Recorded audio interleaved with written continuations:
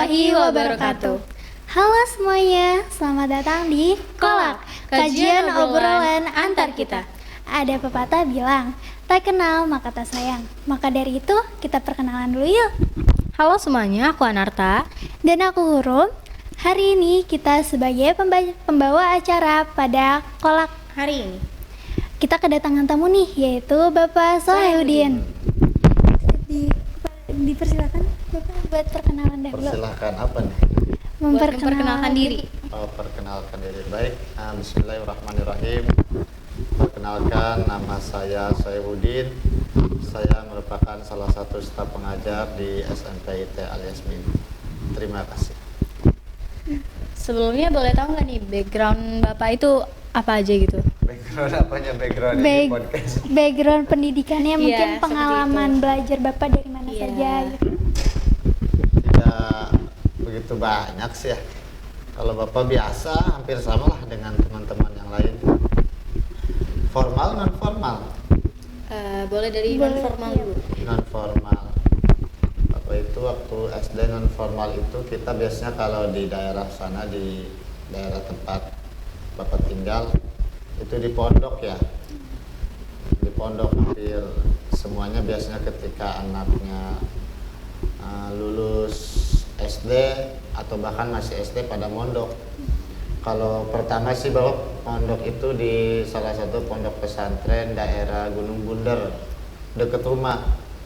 Jadi namanya Santri Kalong. Santri Kalong itu pulang pergi dari rumah ke pondok, dari rumah ke pondok, nggak tinggal di situ. Nggak netap berarti. Ya, nggak netap di situ. Jadi pulang pergi di pondok pesantren Al Khair.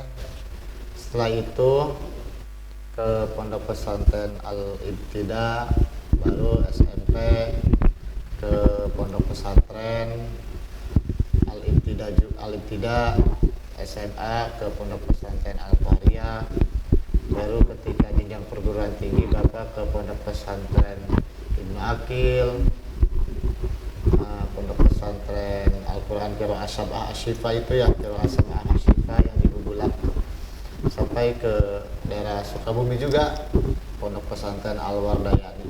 Ya jadi gitulah pengalaman gitu, pengalaman silaturahmi mungkin ya. Makanya nanti buat teman-teman juga yang mau mondok tuh, jadi ketika lulus dari SMP Al-Yasmin ada yang mau mondok itu justru Bapak yang sangat mengapresiasi ya. Maksudnya negeri pun sama diapresiasi, tapi kalau yang mau mondok pun Bapak juga sangat mengapresiasi.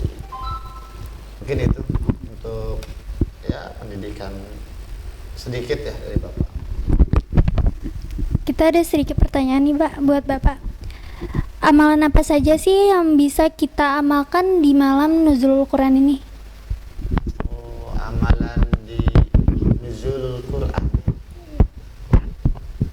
Yang pertama memang karena kan Allah Subhanahu wa taala itu telah menurunkan Al-Qur'an pada malam nuzulul Quran. Sebagaimana dalam surat Al-Qadar ayat 1 itu kan inna anzalnahu fi lailatul qadr. Jadi inna anzalnahu fi lailatul qadr. Sesungguhnya Allah Subhanahu wa taala telah menurunkan Al-Qur'an pada malam Lailatul Qadar. Oleh karena itu tentunya amalan pertama pada nuzulul Quran itu adalah membaca Al-Quran. Pada malam Lailatul Qadar itu amalan pertama membaca Al-Quran, kan diusahakan menghatamkan Al-Quran minimal kita di bulan suci Ramadan 1 kali khatam. Syukur-syukur bisa beberapa kali ya. Mudah-mudahan. Jadi amalan pertama itu menghatamkan Al-Quran. Yang kedua itu adalah i'tikaf. I'tikaf itu berdiam diri fil masjid, di masjid. Adapun memang niatnya itu udah pada ini kan sudah pernah belajar juga niat i'tikaf. Kelas 7 udah belum ya. Kelas 8 dan kelas 9 materinya di kelas 8. I'tikaf. Jadi i'tikaf itu berdiam diri di masjid dengan niat taqarrub ilallah, mendekatkan diri kepada Allah. Niatnya itu nanti ada dalam kitab-kitab ya, kitab-kitab para ulama salafus sholih, di antaranya dalam kitab Tuhfatul Muhtaz dan Nihayatul Muhtaz. puasa itu niatnya nawaitu an a'takifa di hadzal masjidi madumtu fi. Adapun nanti Imam Nawawi niat itikaf itu dalam kitab Al-Majmu' Syahril Muhadzab nawaitul i'tikafa fi hadzal masjidi lillahi ta'ala. Tapi biasanya yang masyhur yang dipakai di kita itu yang versinya Imam Nawawi yang dalam kitab Al-Majmu' Syahril Muhadzab itu nawaitul i'tikafa fi hadzal masjidi lillahi ta'ala. Niat saya i'tikaf di masjid ini karena Allah Ta'ala. Karena subhanallah ya, fadilah keutamaan yang Allah berikan bagi orang yang beriktikaf itu sangat besar sekali. Makanya ketika di masjid berdiam diri kita niatkan iktikaf. Itu yang kedua iktikaf. Yang ketiga ya perbanyak amalan-amalan soleh diantaranya zikir, sholawat dan yang lainnya. Terutama memang subhanallah ya fadilah sholawat itu kan. Allah itu kan memerintahkan sholat, Allah memerintahkan zakat, Allah memerintahkan puasa. Tapi Allah kan nggak sholat, nggak puasa, nggak zakat. Tapi ketika Allah memerintahkan sholawat, Allah pun bersolawat kepada baginda Rasulullah Sallallahu Alaihi Wasallam. Makanya hendaknya untuk senantiasa bersolawat.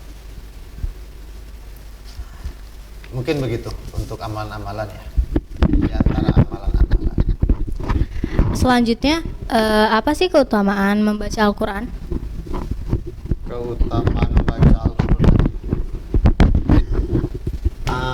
Ada beberapa hadis Rasulullah Sallallahu Alaihi Wasallam yang menjelaskan terkait keutamaan baca Al-Quran. Yang pertama itu adalah orang yang baca Al-Quran itu pahalanya sangat besar dari Allah Subhanahu wa Ta'ala. Karena Rasulullah bersabda, "Man qara'a harfan min kitabillahi falahu bihi hasanatun wal hasanatu bi asyri amsalih." Ila akhirih al-hadis. Jadi kata Rasul, man qara'a harfan, barang siapa yang membaca satu huruf min kitabillahi, dari kitab-kitab Allah, falahu bihi hasanatun, maka baginya satu kebaikan. Wal hasanatu, dan satu kebaikan itu bi asyri amsalihha, dikalikan 10 kebaikan umpamanya. Jadi itu umpamanya. Apalagi baca Quran di bulan suci Ramadan, itu pahalanya sangat besar.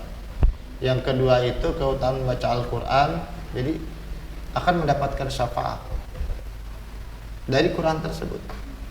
Kata Rasul kan, iqra'ul Qur'ana fa innahu ya'ti yaumal qiyamati syafi'an li ashabi. Bacalah Al-Quran karena sungguhnya Al-Quran akan berikan syafaat bagi orang yang senantiasa baca Al-Quran. Yang ketiga, keutamaan baca Al-Quran itu adalah merupakan amalan-amalan di antara amalan paling utama, itu membaca Al-Quran. Kata Rasul itu, afdhalu ibadati ummati qiraatul Quran. Amalan atau ibadah, di antara ibadah paling utama itu membaca Al-Quran. Oh, itu podcastnya jatuh. Gak apa-apa. Justru gini gak apa-apa, natural. Natural gak apa-apa. Mungkin itu ya amalan-amalan keutamaan membaca Al-Quran. Gak apa-apa. Ini natural. Luar biasa ini anak OSIS. Oke, makasih untuk penjelasannya tentang keutamaan membaca Al-Quran. Iya. Itu banyak banget keutamaannya ya. Pertanyaan yang terakhir yaitu, kan banyak nih orang-orang yang jarang mau baca Al-Quran ya. Itu tuh gimana sih caranya buat mereka biar agak termotivasi untuk membaca Quran? Jadi kan sekarang itu ya kebanyakan orang lebih seneng WhatsAppan, Instagraman, apalagi stalking mantan daripada baca Quran ya. Tapi ingat, bukan berarti stalking mantan bapak membolehkan pacaran. Tetap dalam Islam itu tidak ada pacaran. Nah, jadi membaca Al-Quran agar termotivasi untuk kita senantiasa baca Al-Quran, yang pertama itu niat. Karena kan innamal a'malu binniyat, sungguhnya amal tergantung Niat. Ibda binafsi, mulai dari diri sendiri. Yang kedua itu tahu tentang keutamaan membaca Quran, seperti yang tadi Bapak sampaikan. karena fadilah bagi orang yang baca Al-Quran itu sangat besar sekali, makanya sangat disayangkan apalagi di bulan suci Ramadan orang menghabiskan waktu tapi hanya sedikit waktu yang diluangkan untuk baca Al-Quran. Terus yang ketiga, supaya termotivasi baca Al-Quran kita punya target. Makanya sekarang ada komunitasnya kan, Odoj, Wadai, Wanjus kayak gitu. Itu boleh ikut komunitas seperti itu supaya meningkatkan giroh motivasi baca Al-Quran. Mungkin itu ya, supaya termotivasi baca Al-Quran.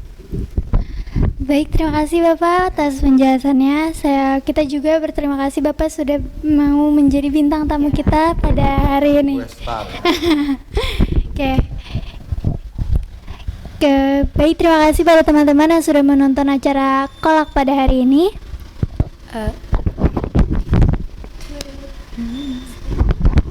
Sekian dari kami. Wassalamualaikum warahmatullahi wabarakatuh.